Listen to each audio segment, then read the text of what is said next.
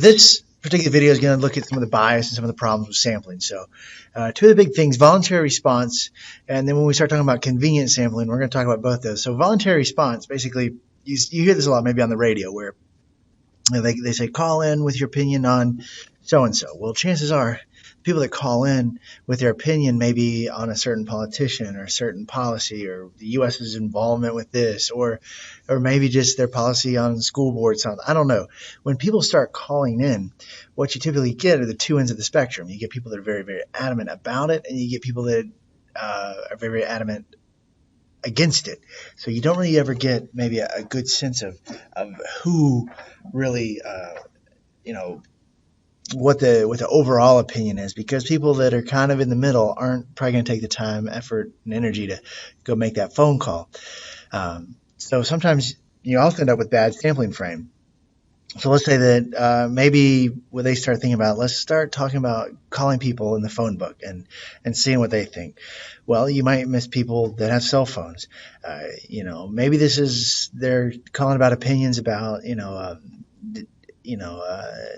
policies for the homeless. Well, if you're calling people that are homeless can't get a voice on this, maybe it's some kind of prison reform. Well, if you're just calling people on the phone book, you miss prisoners.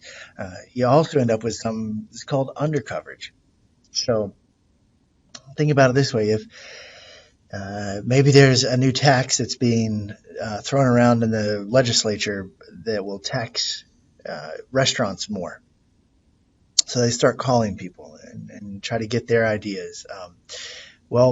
If they start calling people at dinner time, well, the people that eat out are going to miss that phone call. But the people that do take the phone call are the people that are at home. So if you think about it, the people that eat at home, they probably don't mind a tax on restaurants because it wouldn't affect them. But the people that it would affect aren't being covered because they're out at dinner. So how they set up that survey was a bit of a problem. Convenient sampling is also an issue. You might have some non-response. People just choose not to respond. And those people may have a completely different opinion than those that do respond. You might have some kind of response bias in terms of a poorly designed question or poor interviewer. How we say stuff is important. And I think you guys, there's a sense for that already. Most of us kind of get that. Like, we can spot a bad question, right? For example, do you think that we should continue to send soldiers overseas and put them in harm's way? Well, that's got a negative spin to it right away. We're putting these guys and girls in harm's way. On the flip side of that, do you think we should continue to fight for the freedoms of the poor and oppressed people around the world? Well, that sounds like a good thing. Maybe if I'm, still against the war, I don't want people to be oppressed, so maybe I should say yes. So how we ask questions, honestly, the person interviewing, could make a pretty big impact. How you say stuff is also important, not just what you say, but how you say it. Most of these issues with sampling and bias, we're all pretty aware when something's wrong.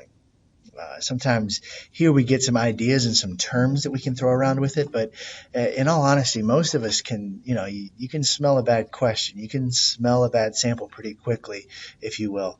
And so you don't have to fight too much to figure out something's wrong here.